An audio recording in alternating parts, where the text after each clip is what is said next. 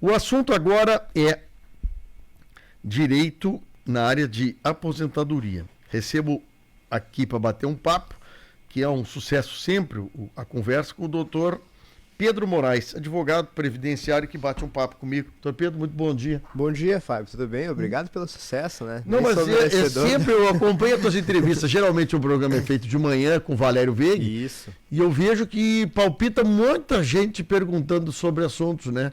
E esse assunto previdenciário, eu vou dizer para ti que é um assunto que nunca ninguém tem tudo a solução na hora, mas são diferentes. E o assunto que eu quero trazer para o doutor Pedro hoje é um assunto interessante, né? Que fala sobre problemas que a gente pode ter no dia a dia, que trata sobre auxílio-doença.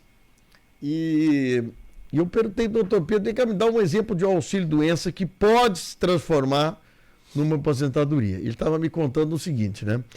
Uma pessoa que tem, por exemplo, um trabalho de escritório de contabilidade, digitador, sou digitador, tarará, tarará.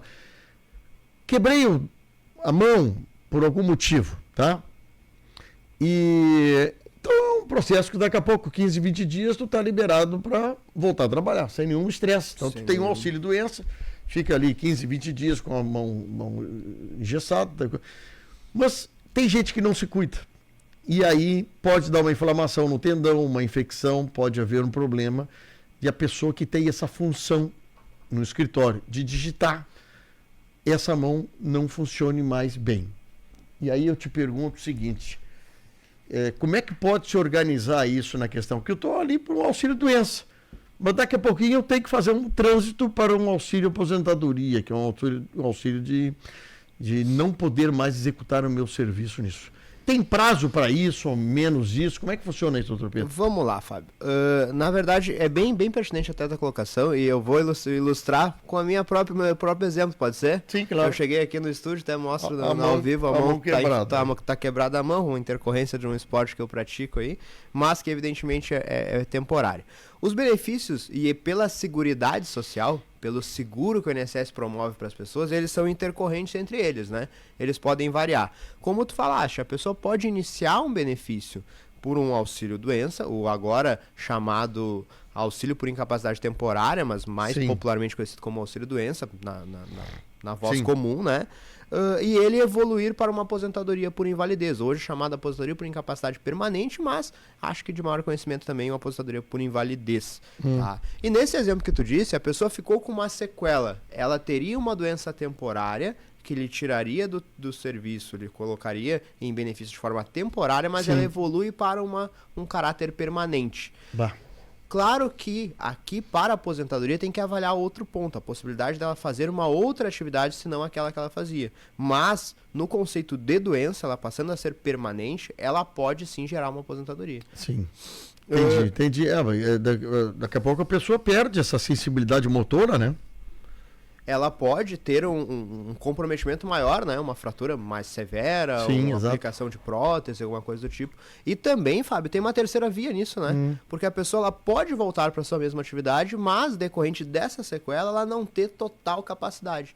Ela ter ela faz aquela atividade, como tu falaste, no escritório de contabilidade e digitação, mas faz com mais dificuldade do que fazia antes. Ela pode trabalhar recebendo um benefício de auxílio-acidente, que corresponde a meio salário do benefício de auxílio-doença, e ela trabalha tranquilamente. Eu vejo pelo empregador, agora tu falaste uma coisa que eu não sabia. Pelo empregador, daqui a pouco, o cara é bom pra caramba, tá com dificuldade disso.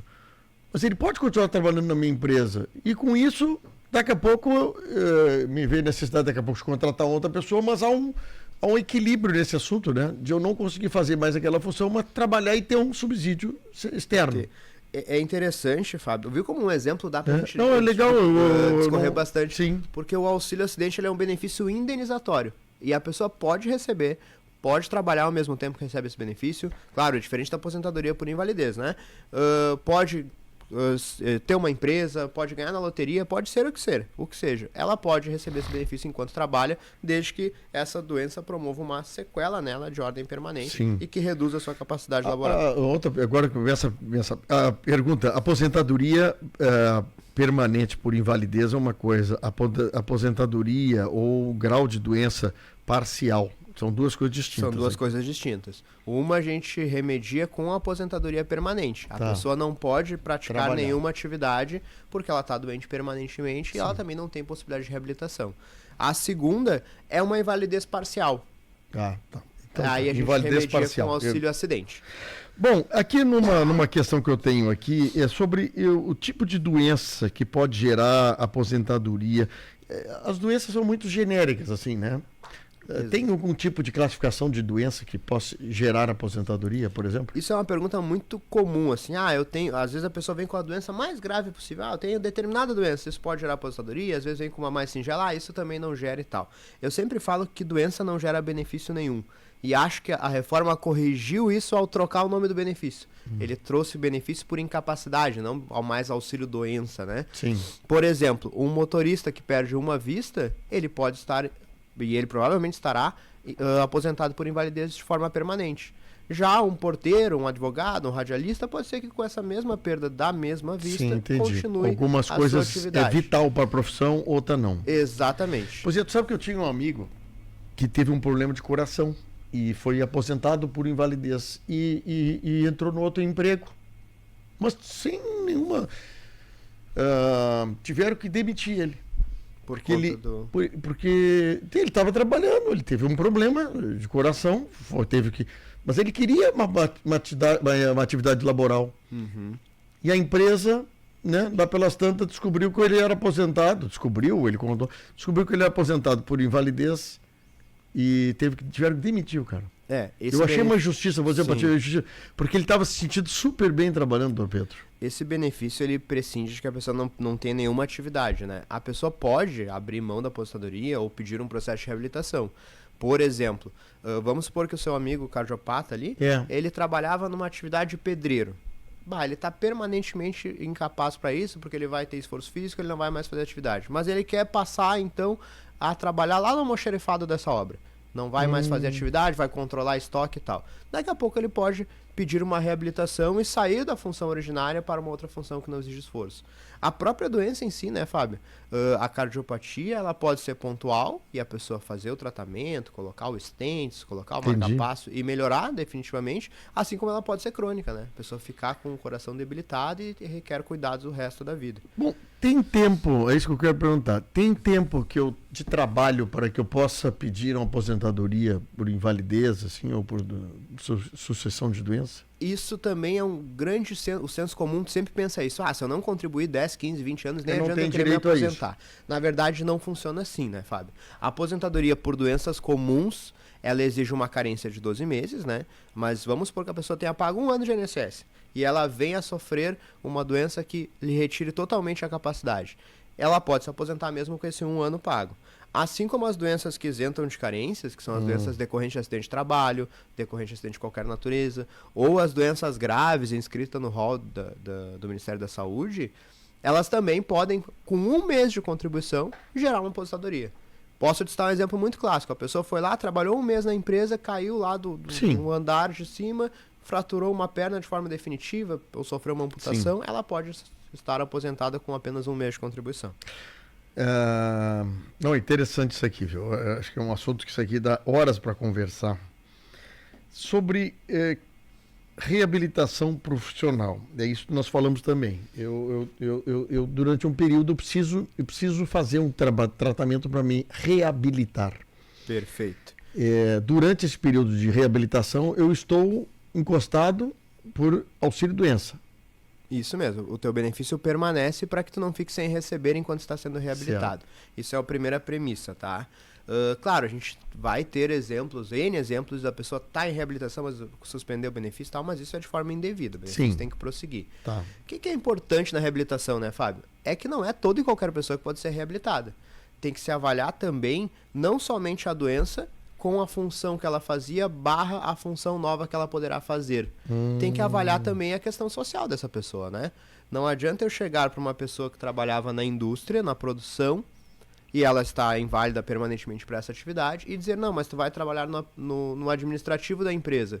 Porém, a pessoa tem só o 1º grau. Imagina só. Ela não vai conseguir se realocar no mercado de trabalho, porque a atividade dela sempre foi essa, e a escolaridade dela é compatível com isso.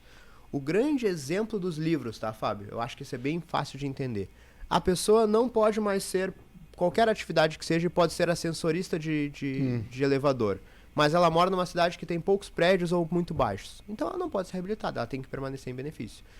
Toda a reabilitação tem que avaliar a condição social da pessoa nós também. temos meia dúzia de elevador em Camaquã, a pessoa assessorista tem dificuldade. Aqui na cidade teria um mercado bem restrito. Quando tu tem um acidente de trabalho e tu tem, por exemplo, assim, um atestado de 45 dias, uma mão, uma coisa assim, tu te encosta 45 dias, depois tu chega lá, bom, mas eu não estou recuperado com a minha mão. E essa reavaliação de mais prazo, isso é determinação do médico? Determinação do próprio INSS, tá? Do INSS. Vamos nesse teu exemplo. Quando é que chega lá pro perito do INSS um processo? A partir de quantos dias? A partir do 15º dia, se a pessoa tiver de carteira assinada, né? Trabalhando de carteira assinada, 15º dia. 15 dias de atestado já é o suficiente para encaminhar para o INSS. Então aí o INSS é que vai ter que me... como é que chama? Suceder uma reavaliação e me prorrogar o prazo. Vamos supor que o INSS deu os 45 dias iniciais, tá? Mas a pessoa não se recuperou. Chegou no final, olhou para a mão dela, que nem eu tô agora aqui, não tô bem ainda. Ela pode, nos 15 dias que sucedem o fim do benefício, ou seja, 15 dias antes dele acabar, pedir a prorrogação do benefício. Ela vai passar por uma nova avaliação do INSS que vai ver se dá mais tempo, se não dá. E quanto é que ganha a pessoa que está, por exemplo, num caso desse? Como é que é assim? Um auxílio, esse auxílio que eu estou encostado. Tem salário definido sobre isso? Tem umas regrinhas de cálculos diferentes, né, Fábio? O auxílio doença, tá? Agora, o benefício por incapacidade temporária é avaliado a média da pessoa e aplicado 91%. Então, se eu ganho 3 salários por mês... não vai fazer muita diferença se na tua vida antes disso tu ganhava um salário mínimo. Entende? Às vezes a pessoa pensa assim, mas eu vou ganhar minha renda integral. Eu sempre brinco assim, o que é renda integral pra ti? O que tu entende como renda integral? É interessante isso. É avaliada uma média, essa média... Média de 12 meses? Não, de julho de 94 pra frente. Ah, é? Essa é a primeira cálculo do INSS. Se eu tive progressão na carreira, eu me tornei gerente da empresa. Esse cálculo tem 2 médias para ser avaliadas, tá? Eles avaliam de julho de 94 para frente e chegam no valor. Aplicam 91% disso. Só que se esse valor exceder a média dos últimos 12 meses, por isso que tem esse tag de 12 meses, eles aplicam o valor de 12 meses. Que a gente chama de subteto. Particularmente, há uma legislação, há um artigo nisso, mas eu acho isso muito injusto. Tá, mas o que eu ganhava em 94 é corrigido pela inflação? É corrigido pela inflação. Então pega o salário que ganhava em 94, corrige. Corrige e faz uma média disso. Aí tu chegou a 3 mil reais, tá? Isso aí. Vai ser 91% disso. Só que eles vão avaliar antes o quanto tu ganhou nos últimos 12 meses. E se eu ganhei 4 mil nos últimos 12 meses? Aí passou, dá tranquilo. Vai ganhar os teus 91% de 3 mil. Tá? Interessante isso aí. Qual é a dinâmica da aposentadoria? E isso pra mim também é uma coisa que tem que tomar um certo cuidado. Porque antigamente era muito vantajoso chegar e dizer, converte meu benefício à aposentadoria, super legal. A partir de 2019 mudou um pouco o panorama. Porque a renda do benefício de aposentadoria por doença comum ou acidente normal, acidente de qualquer natureza, ela é de 60% da média para cada 20 anos se homem e 15 anos se mulher. Olha só esse cálculozinho. 60% para cada 20 anos se homem gente. E 15 anos se mulher. E aplica mais 2% para cada ano que exceder isso. Então a pessoa arranca de uma renda bem mais baixa. De 70%. É só para ferrar. O brasileiro é só para ser ferrado. É uma coisa. Deixa eu te perguntar o seguinte. Semana passada entrevistei aqui o Dr. Sandro Matos, que é ortopedista e coisa, mas o assunto falei sobre fibromialgia com ele. Sim. Que é um negócio complicado. Sem cura. Até pouco tempo nem era conhecido como doença exatamente. Não, eles chamavam de outra coisa, reumatismo. Exatamente. Como é que funciona isso? Fibromialgia, se eu tenho caracterizado sobre isso, isso é uma doença que eu estou classificado como aposentado? É como eu falei anteriormente, tá? Nenhuma doença em si especifica dizendo, tu está aposentado só pela doença em si, tá? A fibromialgia, ela tem essa característica de ser muito mais sintomática do que visível, assim. Não tem um exame de imagem que diga, tá aqui a fibromialgia. A pessoa sente muita dor nas articulações, muita dor nos joelhos, muita dor e tal. E é uma doença muito sintomática e até muito triste. Existem vários estudos, Fábio, que a fibromialgia desenvolve até depressão na pessoa, porque a pessoa vive constantemente com dor. Mas é o contrário. Exatamente. A depressão causa destacando a fibra. Então, essa é uma história interessante que eu gosto de falar, mas eu tenho dificuldade de falar, porque tem muita gente quanto a isso. Mas é possível, né? A pessoa, imagina, uma pessoa que vive com dor, eu imagino que ela não consiga exercer nenhuma Não, mas aí, a pessoa é triste, a depressão dá o gatilho na fibromialgia e assim vai desencadeando outras coisas. Pergunta para ti assim, o que é, só para tentar entender isso, o que é chamado incapacidade social? Esse termo é usado isso? É usado isso. O mais clichê, tá, Fábio? Eu vou te narrar. Dá um exemplo. Por exemplo, o HIV, tá? Imagina que a pessoa tem o HIV, ela não sofre desses sintomas, porque hoje a tecnologia da medicina avançou muito, tem pessoas que com tratamento conseguem até estabilizar a doença, mas ela vive numa comunidade que todo mundo sabe disso. E é por causa disso não dão emprego para ela. Então ela não tem o efeito da doença no sentido de sintomas, ela tá bem, ela estaria apta para trabalhar, mas o caráter social dela não consegue fazer com que ela trabalhe. Porque ela, às vezes, numa cidade menor do interior, Camaquões já é praticamente um polo também, né? Isso não é uma ação de discriminação, isso, né? Não deixa de ser. A pessoa pode receber um benefício se ela provar que, dentro do ambiente social dela, mesmo que a doença dela esteja estabilizada, ela não consegue exercer a atividade. Deve ser muito chato isso, né? Acontece bastante, infelizmente. Tipo, visualmente também, pessoas que têm algum problema, né, de... doença de pele, coisas que daqui a pouquinho não... Acontece com psoríases, eu ia te falar psoríase, a pessoa não ter a incapacidade direta da psoríase acaba gerando isso, acontece com aqueles vermelhidões de alergia, acontece até com epilepsia às vezes, né, Fábio? Me diz uma coisa, essa laudo assim, por exemplo, eu tenho um problema que é crônico meu, mas eu não consigo provar para o INSS que esse problema é crônico e eu tenho incapacidade. Isso administrativamente ou tem que ser judicial para resolver um negócio desse?